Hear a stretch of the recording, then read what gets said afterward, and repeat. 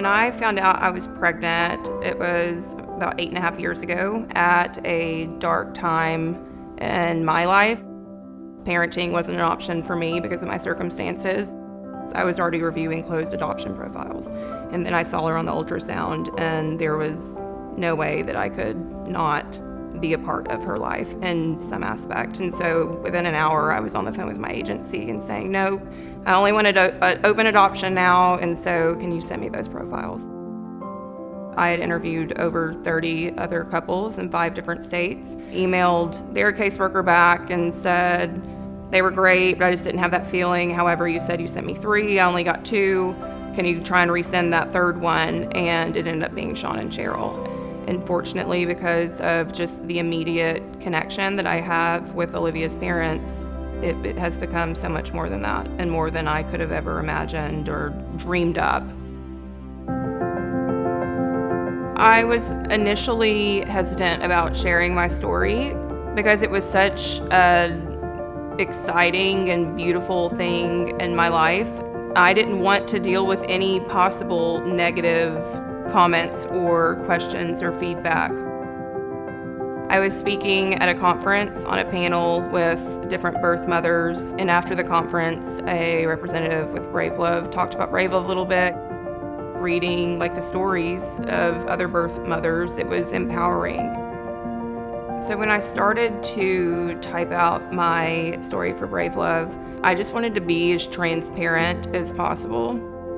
One day I was on Instagram and I happened to see that I had a message request in my direct messages. And so I opened it, and it was this girl just pretty much thanking me for sharing my story. She wrote this message all the way from Ireland. I know you don't know me, but I wanted to thank you. When I found myself in a crisis pregnancy back in September, I was in turmoil. After realizing I couldn't keep my baby, but wanting a good life for him in the right circumstances, I started researching adoption. It was so impossible to find anything, but I eventually found Brave Love, and your story was the one that stayed with me. I found it so incredible, and it was the one time I really found someone whose story resonated with me in the way you felt about the crisis pregnancy, the shock, denial, mental struggle, but the complete love in the end and wanting to do the right thing. You're such a credit, and your daughter and her adoption story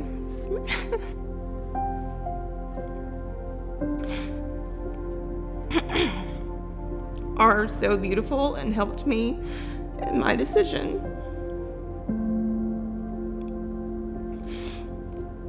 In my decision to place my baby, who is a week old today. So thank you so, so much.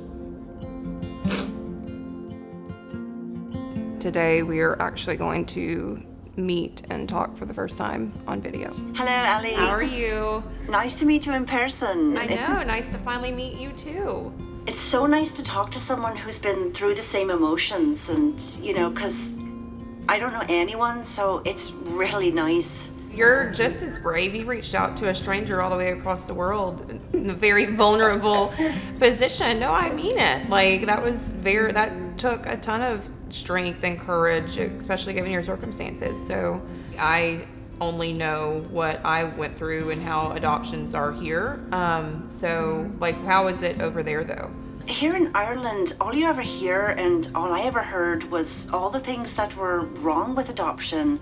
The cases of you're giving up the baby, the baby's going to be taken away, and it would make you feel so much worse than you were already feeling.